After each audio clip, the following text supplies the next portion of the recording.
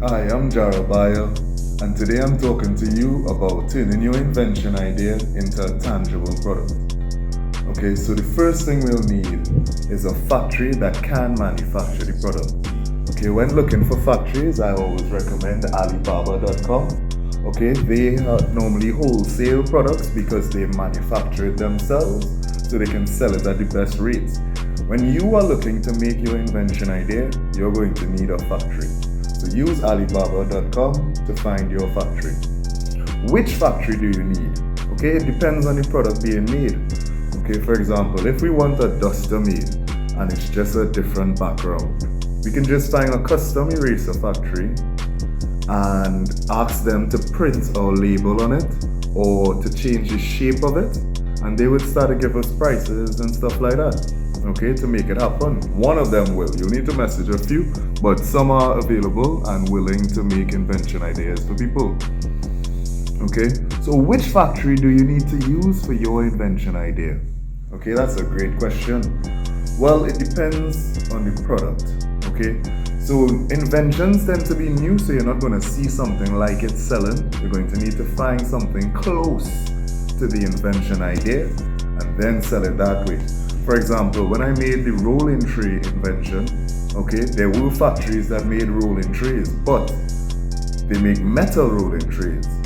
So I had to find a plastic rolling tray making factory. I looked for the nearest thing on earth, which were the lunch trays in the American cafeterias, and I messaged lunch tray factories, and they were able to make my rolling tray. Okay, it's plastic, so it requires injection molding. Okay, when we look at the product that the factory already offers, we can have an idea of what manufacturing methods they're capable of.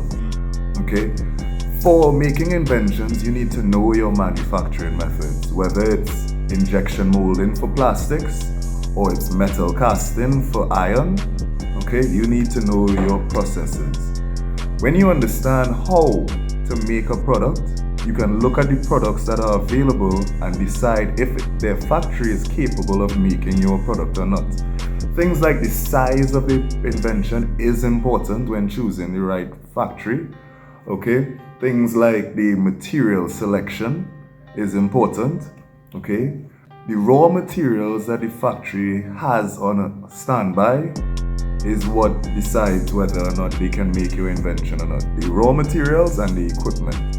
Okay, sometimes an invention can't be made by a single factory and we have to use multiple factories. Imagine your invention needs to assemble when it's done created, right? You have wooden parts, you have metal parts, and you have plastic parts.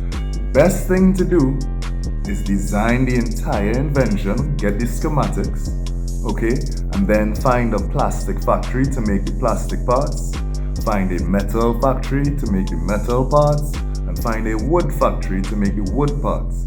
That will get the cost down as much as possible. Okay?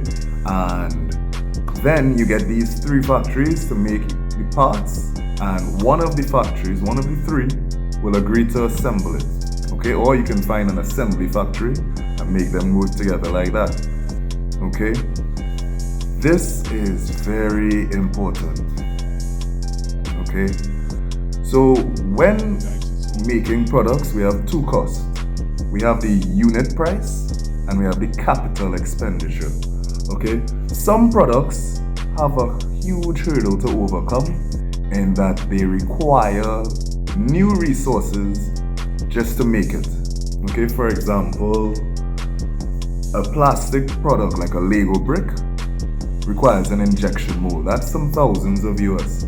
Okay, but when you have the mold, the plastic products themselves will be very cheap.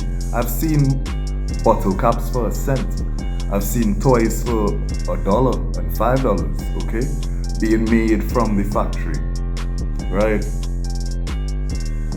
Okay, I hope you enjoyed today's footage. Get to my website to buy my ebook on making inventions and intellectually protecting them. Or you can even buy an invention idea directly from me. Hire me using my website, okay? Get to my social media and forward through to my website.